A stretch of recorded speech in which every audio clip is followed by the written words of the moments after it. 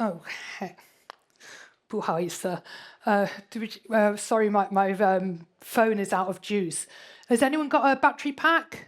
Oh, sorry.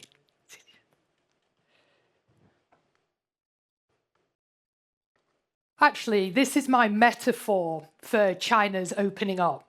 This, if you like, is the foreign country. This battery pack, that's the energy that all of you embody.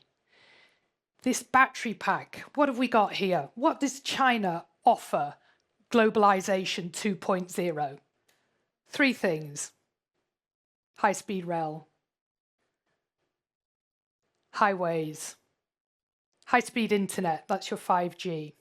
And if countries want to leverage the 5% GDP growth which China offers, they have to be plugged in to what China offers them. This, if you like, are the countries, the 150 countries on the Belt and Road.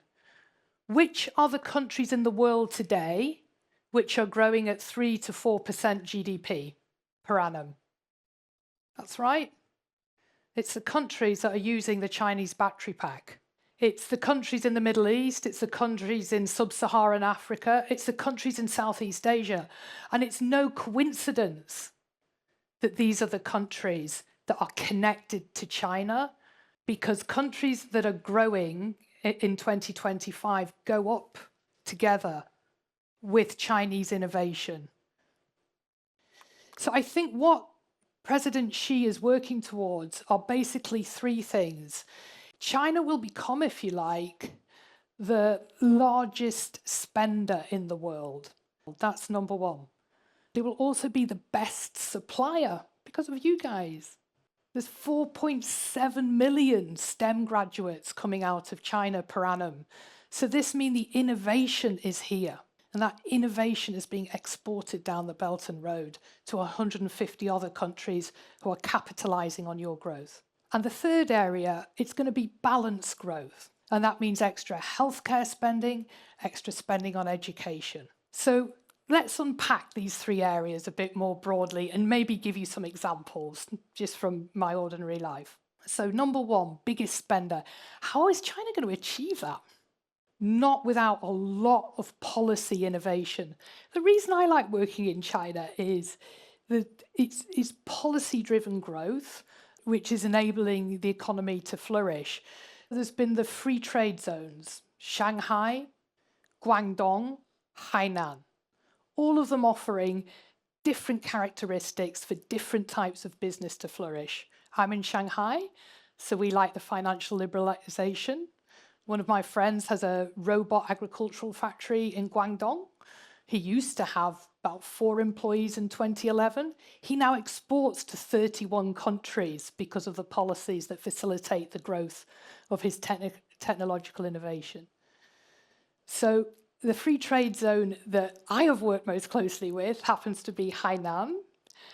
And so I'll show you some of my buddies in Hainan. This is Professor Chang. He's an architecture lecturer. He's been teaching his students how to build houses entirely of recycled material. You know, I really like that. Hainan, for me, is like a big education innovation lab. China has offered it some amazing, amazing policies that's going to ensure that its growth is sustainable, not just through its ecological innovation, but through policies like 15-15, 15% income tax, 15% corporate tax, or the fact that the island is open to 59 countries visa-free. You know, Hainan just became part of the world economy. So that's number one. China has all these policies to turn it into the world's largest spender. Number two, China is going to be the world's best quality supplier.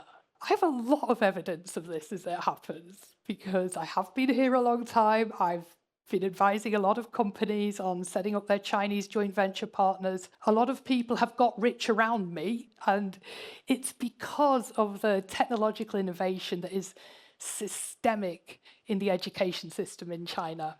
And this is something I've really enjoyed witnessing in the last couple of decades. And most recently, you know, I experienced it.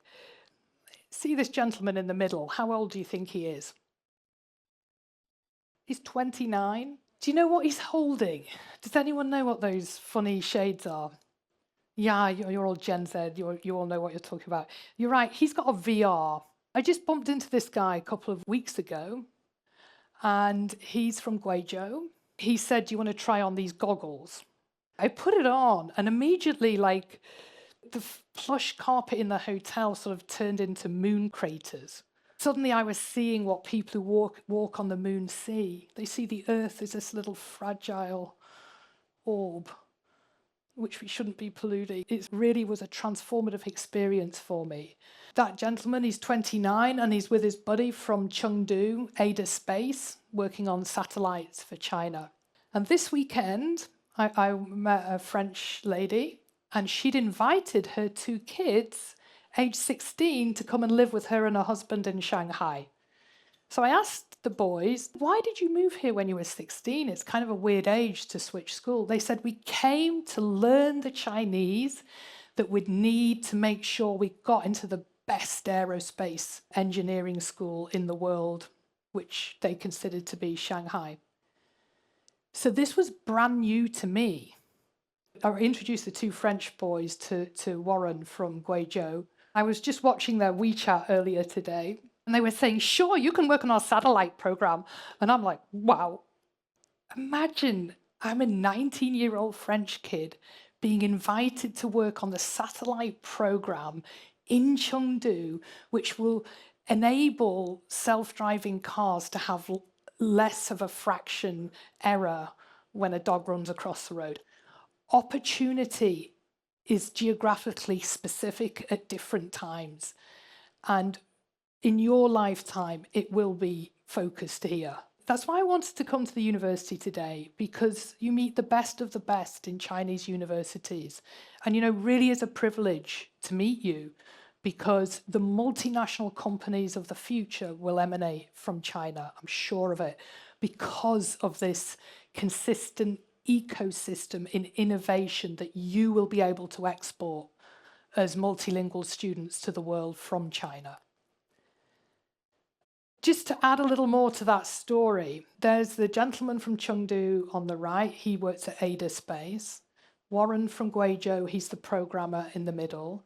And on the left, you've got Amir, who is he's based in the UK, but he speaks Arabic because he's originally from Syria. And he's already signed an MOU with those guys, because when he saw those guys in the lobby, he recognized they were speaking to a Saudi Arabian investor. He actually could sense that he was from Saudi Arabia and said, "Oh, can I join you?" And they started discussing investment in the innovation created in Guizhou for the Chengdu Satellite Lab. Now, it's this sort of catalytic opportunity that used to make me want to live in other countries that is afforded to me here that keeps me in China. And so my third area that I wanted to, nobody cares if you have the biggest spenders or the best exporters if you're not creating balanced growth for the people. And this is another reason I like China. I like the common prosperity policy where people go up together. Because if people don't get rich together, you cultivate problems that will come back and hit you in the future. And it's been a privilege to work with Wang Liwei for the last 15 years on his foundation. And this is a picture of us in Hainan. And he's presenting this calligraphy that says "quiet and far." And that's how I see China globalization 2.0. That China's not telling you, "Hey, we're number 1, we're the best, we're great." China's just getting on with the work, innovating, creating opportunity, building ports and roads, and sending better equipment abroad to improve ordinary people's lives. I got here from Shanghai for about $60 because I was able to get a bicycle from my home to a subway that arrives on time, to get a train to go 1,200 kilometers with my phone and computer working all the way so I don't lose any downtime at work. And then I was able to get off the train and get another bicycle. China frees up your brain by looking after the infrastructure, by looking after your personal safety, and by looking after your education opportunity, so you can focus on the innovative breakthroughs that happen when you have a clear mind with your left and right brain working in harmony. So China is trying to create balanced growth that is both quiet but far-reaching. And the way Xi Jinping summed it up in his meeting on the 28th of March at the Great Hall of the People is he said there's been two miracles in China.